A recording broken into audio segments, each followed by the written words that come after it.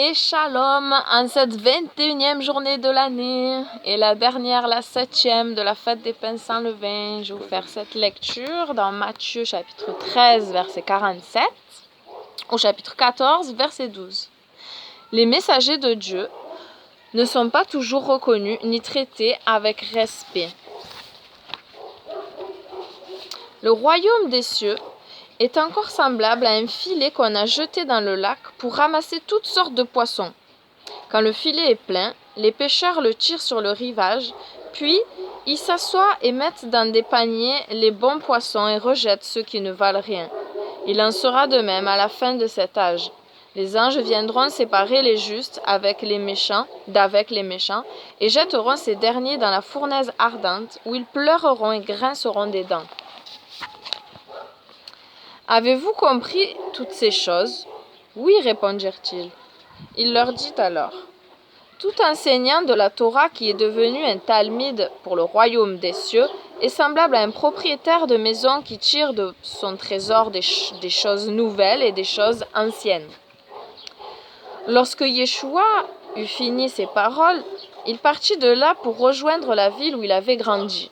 Là, il les enseignait dans leur synagogue d'une manière qui les stupéfiait. Ils se demandèrent alors: d'où lui viennent cette sagesse et ces miracles? N'est-il pas le fils du charpentier?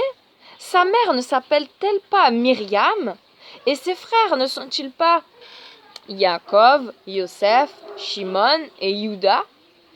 Et ses sœurs ne sont-elles pas toutes avec nous? D'où lui viennent donc toutes ces choses? Ils étaient scandalisés par lui. Mais Yeshua leur dit: le seul endroit où l'on manque de respect envers un prophète, c'est dans la ville de son enfance et dans sa propre maison.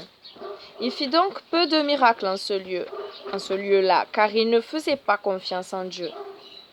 En ce temps-là, Hérode, le gouverneur de cette région, entendit parler de la renommée de Yeshua et dit à ses serviteurs: ce doit être Yochanan, l'immergeur. Il a été relevé d'entre les morts. C'est pourquoi des pouvoirs miraculeux se manifestent par lui. En effet, Hérode avait fait arrêter Yochanan, puis l'avait fait enchaîner et jeter en prison à cause d'Hérodias, la femme de son frère Philippe. Car Yochanan avait dit à Hérode: tu transgresses la Torah si tu prends cette femme pour épouse. Hérode avait voulu faire mourir Yochanan, mais il avait craint le peuple, qui le considérait comme un prophète. Cependant, le jour de la célébration de l'anniversaire d'Hérode, la fille d'Hérodias dansa devant ses invités. Elle plut tellement à Hérode qu'il promit par serment de lui donner ce qu'elle demanderait. Influencée par sa mère, elle demanda: donne-moi ici, sur un plat, la tête de Yochanan l'immergeur. Le roi en fut très contrarié, mais à cause du serment qu'il avait juré devant ses invités, il ordonna qu'on lui accorde ce qu'elle avait demandé. Il envoya donc décapiter Yochanan dans la prison. La tête fut apportée sur un plateau et donnée à la jeune fille qui la porta à sa mère. Les talmidim de Yochanan vinrent prendre le corps et l'enterrèrent, puis ils allèrent l'annoncer à Yeshua. Fin de la lecture pour aujourd'hui.